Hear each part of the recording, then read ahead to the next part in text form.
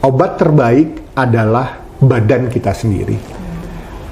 Obat terbaik itu bukan pil, bukan kapsul, bukan sirup, bukan obat-obat yang selama ini kita konsumsi. Obat terbaik adalah badan kita sendiri. Nah, bagaimana membuat badan kita menjadi obat? Maka teratur dan terukurlah dalam berolahraga.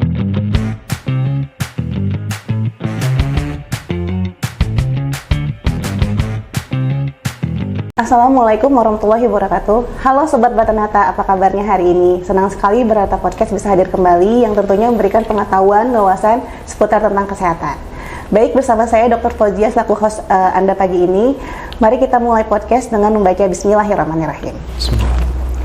Baik Sobat Batanata, pada episode kali ini kita akan membahas topik hipertensi yang pastinya hari ini merupakan pertempatan dengan hipertensi sedunia. Nah, Sobat Batanata pengen tahu kan bagaimana penjelasan lebih lengkapnya? Nah, biar lebih jelas nih, pada episode kali ini kita akan mendatangkan narasumber yang akan berbagi ilmu kepada kita. Beliau adalah seorang dokter spesialis jantung dan pembuluh darah, dan beliau juga merupakan bekerja di Rumah Sakit Dr. Batanata. Nah, tanpa berlama-lama lagi kita sambut saja ya dokter narasumber kita, yaitu Dr. Evi Supriyadi, spesialis jantung dan pembuluh darah. Ya, Dok. Selamat pagi, Dok. Pagi, Dok. Apa kabarnya, Dok? Alhamdulillah sehat, Dok. Sehat ya, Dok ya. Ya. Alhamdulillah. Nah, Dok, terima kasih Dok sudah meluangkan waktunya, Dok. Siap, untuk Dok. ke podcast kita. Dok, sebelum lebih lanjut nih kita berbincang-bincangnya, ada baiknya mungkin Dokter sapa dulu nih, Dok, Sobat Batanata, Dok. Halo Sobat Batanata, saya Dr. Evi Supriyadi, spesialis jantung dan pembuluh darah. Saya bekerja di Rumah Sakit Bratanata Jambi. Hari ini kita akan bahas tentang hipertensi dalam rangka Hari Hipertensi Sedunia 17 Mei. Oke, Dok, baik. Nah, pembahasan kita ini kan tentang hipertensi ya, Dok ya? Iya, Dok. Yang mana sebagian besar penduduk Indonesia itu banyak menderita hipertensi nih, Dok. Betul sekali. Nah, Dok, mungkin dokter bisa nggak memberikan penjelasan apa sih, Dok, hipertensi itu, Dok? Oke, jadi hipertensi itu adalah bahasa lain dari tekanan darah tinggi, Dok. Jadi terjadi peningkatan tekanan darah di atas normal. Jadi normal tekanan darah itu adalah di bawah 120 untuk sistolnya dan di bawah 80 untuk diastolnya. Jadi kan ada tekanan darah 120 per 80 tuh, Dok. Nah, 120 itu sistol, 80 itu diastol, Dok.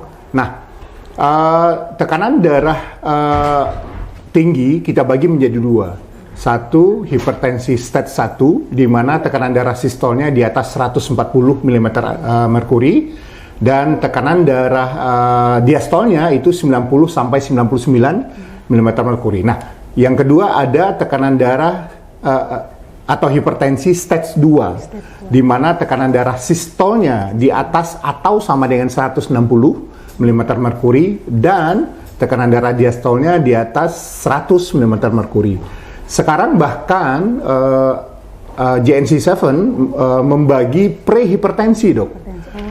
Prehipertensi itu apa? Yang tekanan darahnya 120 sampai dengan 139 untuk sistol dan 80 sampai 89 untuk diastol. Bahkan orang yang prehipertensi pun sekarang sudah dikualifikasikan sehingga awareness terhadap hipertensi meningkat. Mengapa begitu, Dok? Oleh karena sering sekali hipertensi ini tidak bergejala. Jadi dari dokter tadi bilang penjelasan yang prehipertensi itu 120 ke atas itu udah menandakan hipertensi ya, Dok ya? Prehipertensi ya, Dok ya? Betul. Jadi prehipertensi itu 120 sampai 139. 139.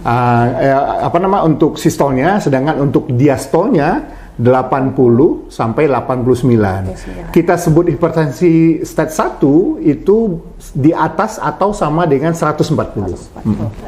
Dok, kenapa sih kita harus peduli dengan hipertensi, Dok? Ya, jadi Dok, hipertensi ini disebut sebagai silent killer. Jadi dia bisa menjadi pembunuh diam-diam, Dok. Pembunuh berdarah dingin. Kemudian prevalensinya atau orang yang kena hipertensi itu meningkat. Dalam 20 tahun, orang yang menderita hipertensi di tahun 1990 meningkat 2 kali lipatnya di 2019 dok. Dari kurang lebih 300-an juta di tahun 1990 menjadi lebih dari 600 juta yang menderita hipertensi tercatat di tahun 2019. Kemudian diperkirakan 2025 ini ada kurang lebih dari 1,5 miliar orang itu menderita hipertensi. Dan yang menjadi persoalan, secara global hipertensi ini bertanggung jawab terhadap kematian 9,4 kematian sedunia, di mana 45%-nya itu merupakan akibat penyakit jantung koroner dan 51%-nya oleh karena stroke. Jadi hipertensi ini merupakan penyebab kematian yang nanti akan berujung pada pasien serangan jantung dan stroke, dok. Jadi maksud dokter, hipertensi ini faktor resikonya ya dok ya, yang menyebabkan penyakit tadi ya dok ya, seperti jantung dan stroke ya dok ya? Betul sekali. Jadi dok, orang kalau punya hipertensi, maka dia berpeluang terkena stroke. Orang kalau punya hipertensi itu berpeluang kena serangan jantung. Jadi agar orang tidak kena stroke dan serangan jantung, maka dia hipertensinya harus kita kontrol. Betul dok. Dok, tadi kan Dokter udah jelasin tuh pembagian dari hipertensi ada stage 1, stage 2 dok. Nah, kalau untuk penyebabnya tuh ada apa aja sih dok untuk hipertensi itu, penyebab hipertensi dok? Baik dok, jadi hipertensi ini menarik. 90% kita sebut sebagai hipertensi esensial dok, atau hipertensi primer. Apa itu dok? Hipertensi yang kita tidak tahu penyebabnya. Ya. Kurang dari 10% dia adalah hipertensi sekunder. Nah inilah orang yang punya penyakit ginjal, orang yang obesitas dok, orang yang ada kelainan hormonal, itu. Jadi ada penyakit dasarnya. Persoalannya 90% hipertensi itu hipertensi primer. Kita tidak tahu penyebabnya. Nah ini yang menyebabkan kemudian awareness pasien menjadi kurang dok. Gitu. Dan menariknya dok, 50% pasien itu nggak tahu dok, apakah dia punya hipertensi apa tidak. Kurang lebih 50% sisanya, 25% itu tidak berobat. Kemudian 12,5%-nya berobat tapi tidak teratur. Hanya 12,5% tahu dia punya hipertensi dan berobat teratur. Jadi lebih dari 75% pasien tidak tahu hipertensi, kemudian tahu tapi tidak berobat, dan tahu berobatnya tidak rutin dok. Nah itulah yang menyebabkan kita perlu meningkatkan awareness tentang darah tinggi ini. Baik dok, bagaimana sih dok mengetahui kalau seseorang itu terkena hipertensi dok? Baik dok, oleh karena hipertensi ini tidak bergejala dok, tentu cara untuk mengetahuinya dengan diperiksa. Ya, jadi ngecek tekanan darah. Jadi yang bisa melakukan pemeriksaan itu tentu dokter, kemudian tenaga medis. Jadi bisa melakukan pemeriksaan di Vaskes. Dan juga bisa diperiksa sendiri dok. Iya, jadi sekarang kan cukup banyak alat pengukur tensi digital. Jadi sobat Pranata bisa beli dan bisa periksa. Caranya cukup gampang. Sahabat Pranata berdiri, kemudian ada mansetnya itu dok, dipasang di sebelah kiri tangan atau di sebelah kanan, tapi lebih bagus di sebelah kiri karena lebih dekat dengan jantung. Dipasang setinggi jantung dok. Nah kemudian tinggal di pencet dan tekanan darahnya akan keluar. Kalau tekanan darah Sobat Pranata di atas 140, artinya akan lebih bagus diperiksa ke dokter supaya memastikan apakah betul-betul punya hipertensi atau bukan. Dok, kapan bagusnya diperiksa? Nah, biasanya kita periksa waktu pagi hari dok, waktu bangun tidur. Ya, dok. Ya, kita lakukan pemeriksaan tekanan darahnya, begitu dok. Dok, tadi kan dokter udah menjelaskan nih bagaimana cara mengukur tekanan darah, waktunya kapan, bisa sendiri atau mungkin dengan dokter atau petugas kesehatan yang lainnya dok ya. Nah, untuk bagaimana sih dok menurunkan tekanan darah tinggi ini jika seseorang tuh sudah terkena hipertensi dok? Baik dok, jadi Sobat Pranata, saat kita mengetahui tekanan darah kita, sebagai contoh dilakukan pemeriksaan ke dokter, Ternyata tekanan darahnya 140 sampai 159 di sistol dan 89 sampai 99 di diastol. Apakah langsung minum obat? Tidak. Langkah pertama, jika dia baru pertama kali didiagnosa hipertensi atau tekanan darah tinggi, biasanya dokter akan menganjurkan perubahan gaya hidup selama 3 bulan, dok. Apa itu? Kita sebut sebagai 5 panca sehat Kemenkes. Akronim dari kata sehat. Apa itu? S, seimbangkan gizi. E, enyahkan rokok. H, hindari stres. A, atasi hipertensi dan gula darah. Dan yang terakhir, T, teratur dan terukur berolahraga. Jadi itulah program yang kita berikan ke pasien. Dan kemudian dievaluasi selama 3 bulan, dok. 3 bulan. Nah, kalau ternyata perubahan gaya hidup itu menyebabkan tekanan darahnya turun, sobat berat nanas turun, maka cukup dengan perubahan gaya hidup, tidak perlu minum obat. Akan tetapi jika tekanan darah saat datang itu di atas atau sama dengan 160 atau di atas 160 dengan keluhan, maka biasanya dokter akan memberikan obat plus perubahan gaya hidup, panca sehat tadi, dok. Begitu. Berarti, dok, tergantung ya, dok ya, tensinya berapa saat pasien itu datang ke dokter ya, dok ya? Iya, dan apakah sebelumnya belum pernah didiagnosa sebagai penderita hipertensi, dok? Dok, tadi kan dokter udah jelasin tuh yang masalah pengobatan dari hipertensi ya, dok ya. Ada yang pertama pola hidup ya, dok ya, paling penting, sama kalau emang tekanan darahnya udah lebih dari 90 itu dan ada gejala itu harus diberikan obat ya, dok ya. Nah, kalau untuk obat hipertensi sendiri itu gimana, dok, prinsipnya, dok? Baik, dok. Jadi jika pasien datang misalnya dengan tensi di atas 160, 170 misalnya, maka kita akan anamnesa ulang pasiennya. Apakah pasien ini ada riwayat obat sebelumnya atau pertama kali berobat. Nah, kalau pertama kali berobat, prinsip obat darah tinggi adalah dimulai dengan dosis kecil dan dinaikkan secara bertahap, dok. Nah, jadi biasanya kita akan memberikan dosis obat hipertensi dosis kecil. Mungkin sebagian sobat berat nanas sudah tahu, biasa yang diberikan dokter adalah amlodipin, dosis 5 mg 1 kali sehari diminum malam hari. Berbeda jika pasiennya sudah pernah berobat, kemudian ada gejala, maka biasanya obatnya akan menyesuaikan gitu loh. Bisa diberikan 2 obat, 3 obat, tergantung nanti hasil pemeriksaan yang kita lakukan kepada pasien, begitu, dok.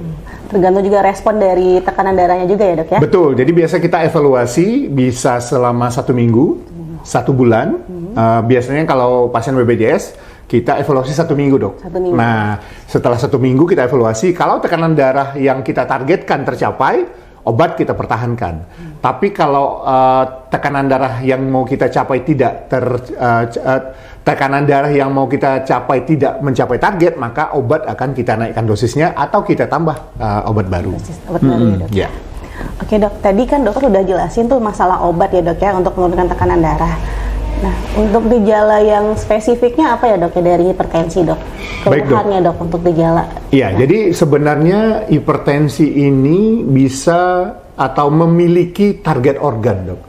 Jadi dia bisa menyebabkan kerusakan di organ lain. Jadi kita mulai dari kepala, dok. Jadi paling sering hipertensi menyerang otak. Pasien bisa kena stroke. Gejala awal ya bisa pusing, bisa vertigo, bisa tidak enak di kepala. Yang turun ke bawah jantung, mata, dok. Mata. Jadi bisa ada gangguan di penglihatan. Ke bawah lagi turun ke jantung. Ya, ini bidangnya saya, dok. Ya, keluhan pasien biasanya bisa sesak, bisa nyeri dada. Turun ke bawah lagi ada namanya ginjal. Nah, ginjal juga bisa bermasalah. Nah, spesifik pada perempuan, dok. Perempuan kan spesial, dok. Perempuan punya rahim. Nah, ini juga bisa menimbulkan persoalan di saat dia hamil.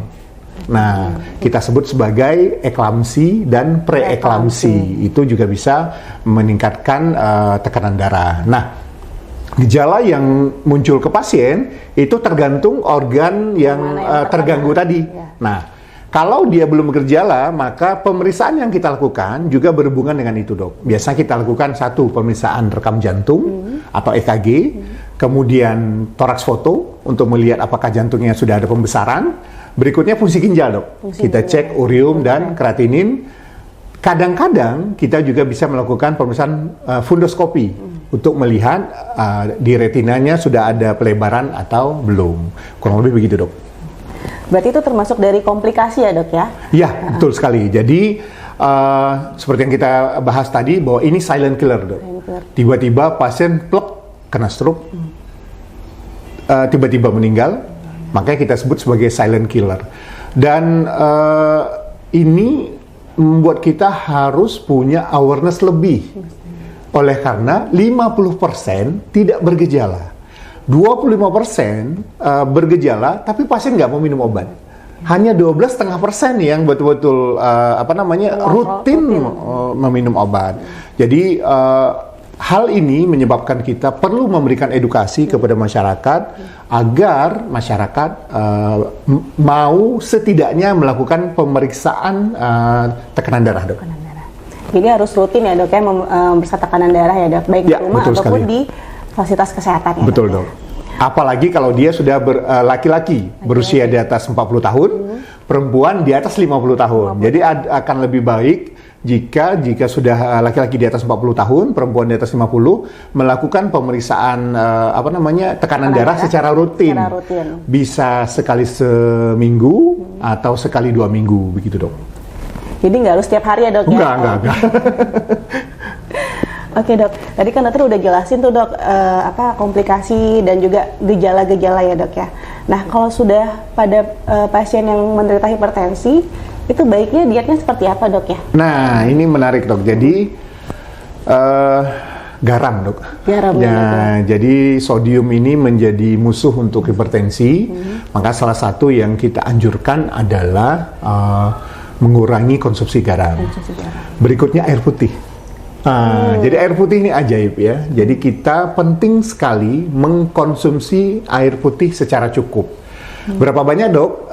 Beberapa literatur menyebutkan ada yang 30 cc per kilogram berat badan, ada yang 40 cc per kilogram berat badan. Saya biasanya ambil jalan tengah, saya anjurkan ke pasien 35 cc per kilogram berat badan per 24 jam. Jadi sebagai contoh berat badannya 60 kilo, maka dia minimal mengkonsumsi air putih 2 liter per hari, dok. Jadi mulai dari bangun tidur sampai dia tidur lagi, konsumsi kurang lebih 2 liter gitu, dok. Jadi nggak boleh banyak juga ya, dok ya, nggak boleh sampai 4 liter ya, dok, harus sesuai dari 30 cc per kilogram berat badan ya, dok ya. Sebenarnya boleh aja, tapi efek dari minum air putih ini kalau tidak terbiasa bisa bikin muntah, dok. Bahkan bisa bikin sering kamar mandi, pengen buang air kecil. Nah, makanya perlu strategi yang baik dalam mengkonsumsinya. Saya biasanya menganjurkan dari bangun tidur sampai jam 12 1 liter, kemudian dari jam 12 sampai jam 6 sore 1 liter udah 2 liter. Nah, kalau target kita 2,5 liter misalnya atau 2,2 liter, sisanya di atas jam 6 sore.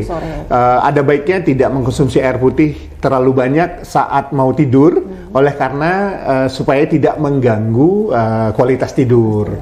Tidur penting, dok, karena juga akan menyebabkan tekanan darah kita terkontrol dengan tidur yang cukup.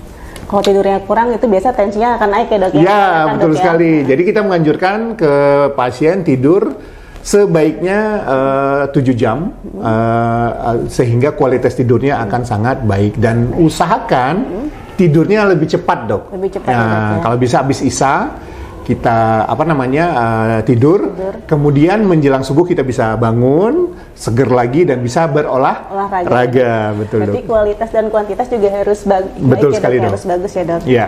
Nah, Dok, tadi kan Dokter udah jelasin singgung soal dietnya ya, Dok. Iya. Kalau untuk pola hidup ataupun pencegahan nih, Dok, supaya kita terhindar dari hipertensi. Nah, itu gimana, Dok? Baik, Dok. Tadi kita udah bahas 5 panca sehat Kemenkes tadi. Sudah saya bahas tentang air minumnya, air putih. Tentang dietnya. Tadi yang udah dokter tanya mengenai makanan rendah garam dan air putih. Berikutnya saya mau fokus ke yang terakhir, Dok. Teratur dan terukur berolahraga. Iya, benar. Jadi kalau menurut saya obat terbaik adalah badan kita sendiri. Obat terbaik itu bukan pil, bukan kapsul, bukan sirup, bukan obat-obat yang selama ini kita konsumsi. Obat terbaik adalah badan kita sendiri. Nah, bagaimana membuat badan kita menjadi obat? Maka teratur dan terukurlah dalam berolahraga. Saya sering bilang kurang lebih 150 sampai 300 menit per minggu, Dok. Jadi kalau 150 kita berolahraga 5 kali, berarti kurang lebih 30 menit setiap berolahraga. Olahraganya apa, Dok? Yang simple aja, jogging atau jalan cepat, bersepeda atau berenang, Dok. Kalau saya lebih senangnya jalan pagi aja, Dok. Tidak, modalnya nggak ada gitu. Nah, secara bertahap kita tingkatkan dari 150 menit menjadi 300 menit. Jadi kurang lebih kalau 5 kali seminggu, 1 jam atau 60 menit kita berolahraga. Nah, ini akan menyebabkan tubuh kita menjadi fit, menjadi bugar, dan menjadi sehat. Dan itu akan menjadi obat terbaik untuk penyakit-penyakit, terutama hipertensi, Dok. Jadi olahraga baik sekali ya, Dok ya. Apapun jenisnya, tapi tetap 30 menit ya, Dok ya. Ya, kurang baiknya lebih. sih emang tadi dokter bilang jalan sehat ya, Dok. Jalan sehat.